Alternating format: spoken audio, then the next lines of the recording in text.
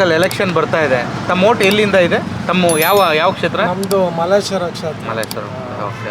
ಇಲ್ಲಿ ಯಾರು ಲೋಕಸಭೆಗೆ ನಿಂತಿರೋದು ಏನಾದ್ರು ಗೊತ್ತಾ ನಿಮಗೆ? ಇನ್ನೂ ಗೊತ್ತಾಗಿಲ್ಲ. ಇನ್ನೂ ಗೊತ್ತಾಗಿಲ್ಲ.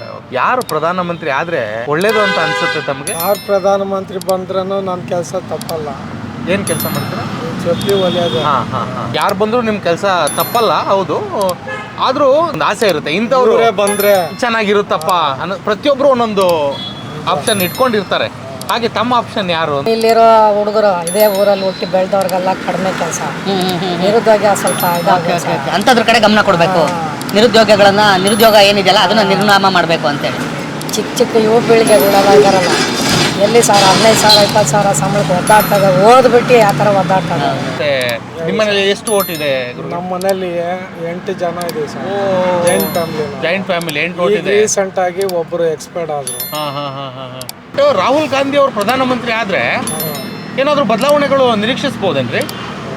ನೋಡ್ಬೋದು, ಯಾಕಂದ್ರೆ ಯುವ ಪೀಳಿಗೆ ಅಂತೀವಲ್ಲ, ಯೂತ್ಸ್ ಅವ್ರ ಕೈಯಲ್ಲಿ ಒಂದ್ಸಲಿ ಕೊಟ್ಟು ನೋಡ್ರಿ. ಯಾವಾಗ್ಲೂ ನೀವೇ ಏನ್ ಮಾಡೋದು? ಯಾವಾಗ್ಲೇ ವಯಸ್ಸಾದವ್ರೆ ಯಾಕೆ? ಕರೆಕ್ಟ್ ನೀವ್ ಹೇಳೋದು ಒಂಥರ ಕರೆಕ್ಟೇ. ಯಾಕಂದ್ರೆ ಈಗ ಆಲ್ರೆಡಿ 2 ಟರ್ಮ್ ಅಂದ್ರೆ 10 ವರ್ಷ ಮೋದಿ ಅವ್ರು ಮಾಡಿದ್ದಾರೆ. ಚಿಕ್ಕ ಮಕ್ಕಳಲ್ಲಿ ತಪ್ಪು ಮಾಡೋ ಸಹಜ. ಹೌದೌದು. ಅದೇ ತರ ಈ ಚಿಕ್ಕ ಹುಡುಗರ ಕೊಡಿ ಒಂದ್ಸಲಿ ತಪ್ಪು ಮಾಡಿದ್ರೆ ತಿದ್ಕೊಳಕ್ ದಾರಿ ಸಿಗತ್ತಲ್ಲ. ಕರೆಕ್ಟ್ ಅವಕಾಶ ಕೊಟ್ಟು ನೋಡೋದ್ರಲ್ಲಿ ಏನಿಲ್ಲ. ಮೋದಿ ಅವ್ರು ಮತ್ತೆ ಪ್ರಧಾನಮಂತ್ರಿ ಆದ್ರೆ ಏನಾದ್ರು ಸರಿ ಆಗ್ಬೋದಾ? ಏನೋ ಆಗ್ಬೋದು ಅಂತೀರ? ಹೇಳ್ಬೋದು, ಹೇಳಕ್ ಆಗ್ತಾ ಇಲ್ಲ. ಈಗ ಸಿದ್ದರಾಮಯ್ಯ ಅವರು ಮುಖ್ಯಮಂತ್ರಿ ಆಗಿದ್ದಾರೆ, ಅವ್ರು ಹೆಂಗೆ ಒಂದಷ್ಟು ಕೆಲಸ ಮಾಡ್ತೀಯಾರ? ಏನೋ ನಮ್ಗೆ ಗೊತ್ತ ಮಟ್ಟಿಗೆ ಆಗ್ತಾ ಇದೆ.